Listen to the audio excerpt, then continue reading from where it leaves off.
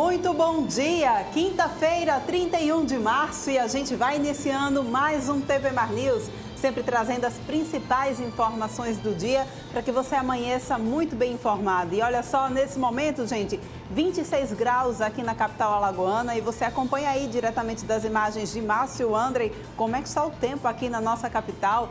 Dia nublado aqui, amanhecendo nublado aqui na nossa capital, há possibilidade de chuva a qualquer momento. Essas são as informações da sala de alerta da SEMAR, e a gente vai sempre trazendo aqui todas as informações para você no seu TV Mar News. E é claro, lembrando, né, que se vocês precisam sair de casa e não quer perder o nosso programa, gente, baixa o aplicativo da TV Mar no teu celular. Tá muito facinho, então. E aí você vai poder acompanhar toda a nossa programação de qualquer lugar em que você esteja. E a gente também está passando ao vivo lá no portal Gazeta Web, tá? Acesse www.gazetaweb.com, vai acompanhando toda a nossa programação ao vivo, além também de se manter muito bem informado no maior e melhor portal aqui do nosso estado. E a TV Mar, é claro, também está presente nas redes sociais. Você pode seguir a gente no Instagram, no Facebook e acompanhar também o nosso canal do YouTube. E aí lá você vai poder ver e rever as nossas matérias, entrevistas, programas e reportagens especiais também.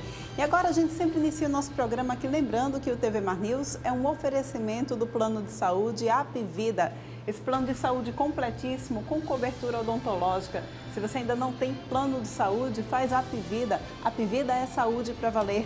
E a gente, claro, também não pode perder o hábito de abrir o jornal aqui nas nossas manhãs. Vamos conferindo então os principais destaques da Gazeta de Alagoas, acessando gazetadealagoas.com.br. Olha, militares temem a aprovação de projetos sem contemplar categoria.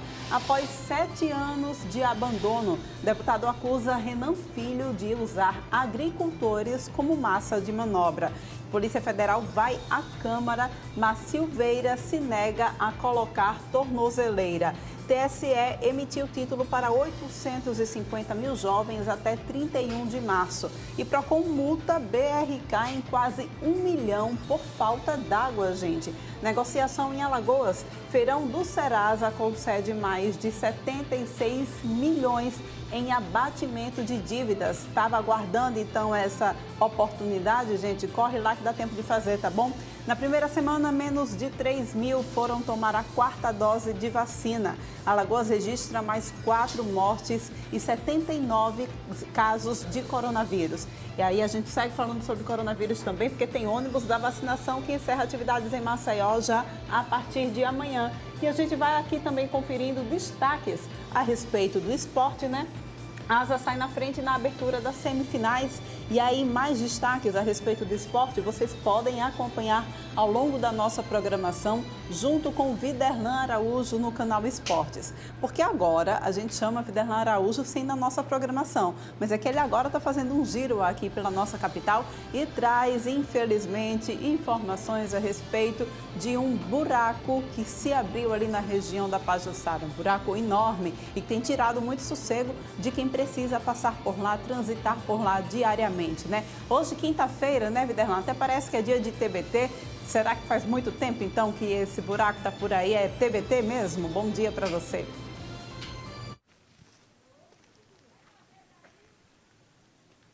Bom dia, Paulane Santos, para você, para os telespectadores da TV Mar.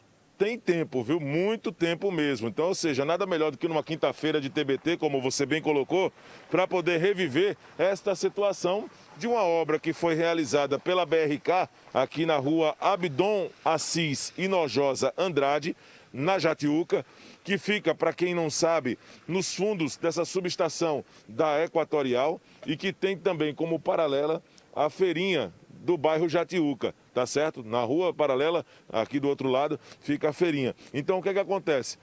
Com a obra finalizada pela BRK, há aproximadamente 3 semanas, o trabalho foi feito para poder fechar todo o local que foi realizada a obra, mas neste ponto, necessariamente, por conta das chuvas de semana passada e com a passagem constante de veículos, ali naquela cabeça da galeria, acabou também se criando essa cratera, que tem gerado, por exemplo, muitos transtornos para os condutores, para os empresários, para os moradores aqui da região. Tem muitos estabelecimentos, também tem áreas habitacionais aqui na região e que acaba todos os dias provocando situações que têm realmente levado para a população aqui, pelo menos, muita dificuldade. Dificuldade para os pedestres, dificuldade também para os condutores e para as pessoas que, na questão de mobilidade, utilizam esse espaço também para poder buscar meios alternativos e seguir para a antiga Avenida Jatiuca. Essa situação tem exigido uma atenção muito grande, principalmente, por Orlando e Santos, dos motociclistas. Tem muitos que trabalham fazendo entrega via delivery. Quem conhece a região já tem evitado, por exemplo, passar pela parte mais funda desse buraco que acabou se formando por conta do nível de água que Maceió recebeu. Essa rua ficou tomada, ficou cheia d'água na semana passada e com a passagem dos veículos acabou realmente se transformando em um ponto que pode de repente trazer muitos riscos para as pessoas que passam pelo local. Nós tentávamos conversar com algumas pessoas aqui, tem uma dona de um ateliê aqui perto, né? E aí, é claro que nessa situação que nós estamos noticiando em tom, inclusive, até mesmo de prestação de serviço, tentar aqui falar com a moradora. Opa, tudo bem, moça? Bom dia. Pode vir aqui rapidinho bater com um papo conosco da TV Mar? Falar um pouquinho desse buraco que está aqui. Está prejudicando muito a vida de vocês, a obra que foi realizada aqui. Pode vir aqui rapidinho? Nós estamos aqui no cantinho, pode ficar aqui no cantinho com a gente, só para poder passar algumas informações. Nós não vamos mostrar não, pode ficar tranquila. Qual o nome da senhora? Pode ficar aqui no cantinho, nós não vamos mostrar não, pode ficar tranquila. Qual o nome da senhora? Cícera. Dona Cícera, vamos falar um pouquinho. Essa obra que foi realizada aqui está com aproximadamente 3 semanas, é isso? É, tá sim. 3 semanas, né? Esse buraco acabou se formando por conta da chuva semana passada e acabou com a passagem de veículos, né? Foi, sim. Tem provocado muitos transtornos aqui para os moradores. Aqui tem um estabelecimento aqui vizinho à casa da senhora. Tem. É muito ruim esse trânsito aí. A poeira também, né? Enchendo de água, a gente não tem nem como passar, até a pé ali é muito ruim de O que a passar. senhora tem feito, dona Cícera, para poder, por exemplo, aí evitar que a quantidade de poeira, por exemplo, entre na sua casa? Tem que estar limpando, né? Direto, mas não tem como, né? Então, a senhora, vamos fazer um apelo para a BRK para ver se o pessoal consegue resolver essa situação? Se tivesse mandar um recado para eles agora, o que a senhora falaria? Que eles resolvam, né? Rápido, né? Porque está prejudicando Muito bem. a comunidade, né? É isso mesmo. Obrigado, dona Cícera. Pois é, essa é a situação, Paulana, que nós estamos aqui mostrando na Jatiuca. A moradora que tem um ateliê aqui próximo, né? Essa é uma ideia que o Chico tem agora colocado nas imagens de um pouco da dificuldade somente um pouco da dificuldade, porque os moradores realmente têm reclamado também com a passagem constante dos veículos aqui da poeira, que tem também entrado nas residências. Os prédios que estamos aqui com pelo menos 2 ou 3 prédios também, em um conjunto aqui que abre, por exemplo, um canal muito importante para a antiga Avenida Amélia Rosa, né, Dr. Antônio Gomes de Barros, que é a avenida do estúdio da TV Mar Canal 525, e que tem levado todos esses transtornos aqui para os moradores. Com o fluxo de água na semana passada, passagem de veículos e com o trabalho que foi encerrado, mas naturalmente sem a passagem do asfalto, aí acabou provocando também o surgimento dessa cratera e tem levado aí muitos problemas, trazendo muitos transtornos para os moradores aqui na região. Então, não custa nada reforçar, pedir a participação aqui da BRK para poder finalizar esse serviço na rua Abdon Assis Inojosa Andrade, aqui em Jatiuca, próxima à feirinha, né, aqui do bairro. Muito importante esse acesso e que acaba exigindo uma atenção maior dos moradores. Porlane, daqui a pouco de outro ponto da cidade nós vamos trazer mais informações ainda hoje no programa TV Mar News. Estou ao lado do Chico Nogueira pelas ruas da capital alagoana. Até já. Que pena, né, gente? Situação crítica mesmo. A gente pede, então, que os responsáveis possam ir até lá consertar isso, né? Infelizmente, parece que a nossa cidade anda com muitos buracos mesmo e a gente pede uma atenção especial, então, dos órgãos competentes, tá bom? Olha só, gente, infelizmente, o número de crianças internadas nas UTIs pediátricas destinadas à Covid-19 tem subido bastante. A gente já está aí com 80% de ocupação e a gente vai falar sobre isso agora. A pandemia do coronavírus ainda está atacando adultos, idosos e crianças. E sobre crianças, daquelas UTIs pediátricas com vagas reservadas exclusivamente para uma atenção especial ao público infantil, nós estamos com uma sobrecarga chegando a mais de 80%. E isso tem preocupado principalmente infectologistas pediátricas a exemplo da doutora Auriene Oliveira, que está aqui conosco, é no Hospital Évio Alto, e ela nos fala exatamente sobre essa preocupação da Secretaria de Estado da Saúde e de todos aqui, principalmente os especialistas no tratamento do Covid em crianças.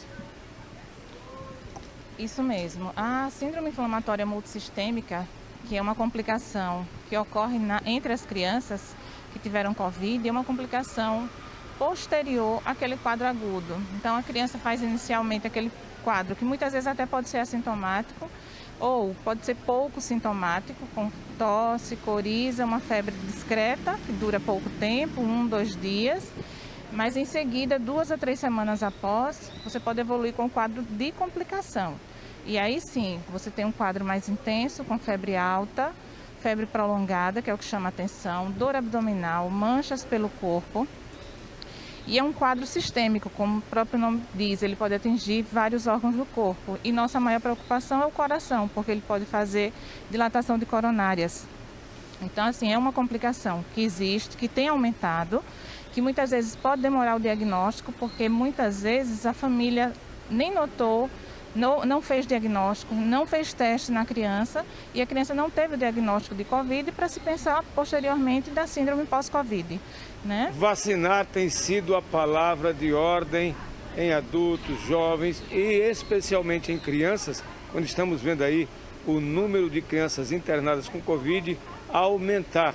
Está havendo esse problema do negacionismo também em pais dessas crianças, em responsáveis que não querem vacinar essas crianças?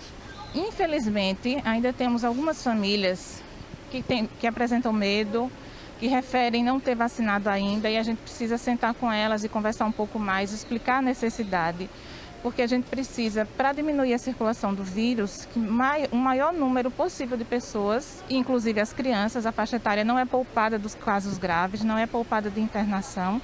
Claro, tem ocorrido num número menor, mas ocorre. E ainda que seja pouco, a gente não queria que fosse nosso filho, então a gente precisa se preocupar com as crianças. Tem que vacinar, sim, as crianças precisam ser vacinadas. O mito de que as crianças têm um organismo mais forte e que o coronavírus vai apenas passar, não traz óbito, isso é um mito. A verdade é que devemos ter realmente consciência de vacinar para evitar óbitos como já tem acontecido. Isso. Os números vêm mostrando, aumentou o número de óbito, aumentou o número de internação em crianças por Covid e aumentou o número de complicações. Então é necessário que o grupo etário pediátrico esteja vacinado também. Doutora Auriene, agora o aconselhamento de uma médica, uma especialista em infectologia pediátrica. Fique à vontade para falar forte para a comunidade, especialmente para os pais, para os responsáveis, que não pode jamais esquecer de vacinar e reforçar a vacina nessas crianças. Isso. Nós temos vacina disponível para as crianças. Temos segurança na aplicação dessas vacinas. Não estamos começando, não estamos fazendo testes. Nós já temos milhões de crianças vacinadas fora do Brasil. E aqui também, já mostrando que o número de efeitos adversos é muito pequeno. Os efeitos adversos, quando acontecem, podem ser muito leves, como dor local, uma febrícula no máximo. Ou seja, é muito mais seguro vacinar do que deixar a criança adoecer por Covid. A pandemia do Covid-19 está indo graças à vacinação. A ciência estava realmente certa como está. Agora, prescindir, deixar de vacinar, mesmo aqueles que não se vacinaram, adultos, e especialmente crianças, é um crime que se comete. Portanto, as especialistas, as UTIs estão aí, o número de vagas cada vez mais ficando menor em detrimento daqueles e daquelas crianças, principalmente, que estão chegando contaminadas porque os pais, os responsáveis, não vacinaram essas crianças. E aqui, o nosso trabalho, também a nossa responsabilidade em comunicar a verdade. Vacinar evita os óbitos que, infelizmente, estamos vendo aí nos boletins das Secretarias de Saúde, a exemplo da Secretaria de Estado da Saúde de Alagoas. Aqui do Hospital Escola Élvio Alto, com as imagens de Chico Nogueira, Fernando Palmeira para a TV Mar da organização Ardon de Melo, canal 525 NET. Claro, 20 anos em defesa da saúde e da vida. Isso mesmo, né, gente? E olha só, a gente continua falando sobre saúde, dessa vez sobre saúde mental e saúde de dependência também. Você em casa já precisou lidar com algum dependente químico? Você sabia que o número tem crescido, o número de consumo de álcool tem crescido aqui no país? A gente vai conversar nesse momento com o Urânio Paiva, ele que é médico especialista em dependência química, e conversar com a gente sobre como que a dependência química pode afetar a vida profissional. Quando a gente fala... Opa, quase que eu derrubo aqui. Quando a gente fala em dependência química, doutor Urânio, bem-vindo, bom dia aqui para você. Geralmente a gente liga a dependência química geralmente a jovens, né? Que está naquela idade de sair, de ir para festas, de curtição. Mas a dependência química também está ligada a problemas que podem ser causados aí por conta do ambiente de trabalho? Exatamente. Né? Inicialmente eu gostaria de agradecer o convite, né? E também a todos os nossos público que nos assiste agora, para que a gente possa então dar alguns esclarecimentos de extrema importância para essa realidade. Hoje a gente sabe que os ambientes de trabalho são muito competitivos, certo? Isso traz alterações emocionais ao ser humano. E a droga, a substância psicoativa, ela é como se fosse uma fuga para minimizar essa competitividade. E muitos seres humanos, né, eles têm deficiências orgânicas que levam à dependência, né, Você sabe muito bem que tem pessoas que fazem uso de substância psicoativa, como o álcool, né, como as substâncias ilícitas também, que fazem de uma forma social e não tem problema, né? Mas tem outras pessoas que desenvolvem a dependência. Isso aí é um momento que é muito crucial na vida do ser humano, né? Quando isso vai acontecer? A gente ainda tem muitos questionamentos sobre isso. Para que a gente não corra o risco de acontecer conosco, a gente precisa evitar e ter também os sinais de alerta quando a dependência começa a se instalar, né? A falta ao trabalho, né? A falta dos cuidados próprios, do amor próprio. Isso fica muito visível no relacionamento familiar e no ambiente de trabalho também, até porque tem pessoas que passam mais tempo no trabalho do que dentro da sua própria casa. Então a gente precisa ter cuidado com isso, a gente precisa ter um olhar diferenciado para esse tipo de situação, para que as pessoas não caiam na armadilha, né, dessa sensação de prazer da droga, que não traz problemas orgânicos, traz problemas sérios, né? As pessoas, as ressonâncias magnéticas hoje dos cérebros de seres humanos que têm 20 anos, 30 anos de uso de álcool, é de assustar, né? Como a arquitetura cerebral ela é deformada, né? E as partes do cérebro que deixam de funcionar. Você veja, normalmente esses pacientes, eles têm assim, uma dificuldade muito grande na fala, têm uma dificuldade muito grande em deambular, em caminhar, certo? Tudo em consequência do uso abusivo do álcool. Pois é, né? Existem, pelo que o senhor disse aí, existem pessoas que são mais suscetíveis a desenvolver a dependência química, ou é um determinado momento da vida de cada pessoa que isso pode acontecer, por exemplo, por conta de uma depressão, uma ansiedade? Veja bem, 12% da população, isso é comprovado já cientificamente, né, que a gente trabalha em cima de evidências científicas, né, 12% da população tem essa tendência. Resta saber quem é que está inserido nesses 12%. Por isso que a gente tem que ter muito cuidado, né, tem que ter muito cuidado quando começa a fazer uso de uma substância psicoativa, para que você não se torne um dependente. E a dependência é uma doença hoje classificada mundialmente, certo?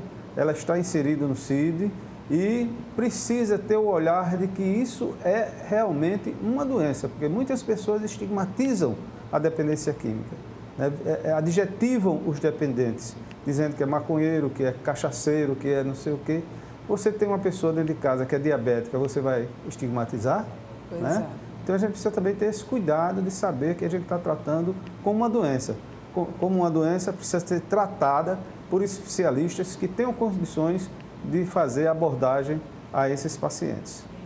Pois é, né? A gente vê também, eu acho que é importante a gente quebrar alguns tabus, que geralmente com o avançar dos tempos e o surgimento de outras drogas, muitas pessoas acabam acreditando que o álcool, por exemplo, a dependência do álcool é uma coisa besta, que a dependência do cigarro também é bobagem.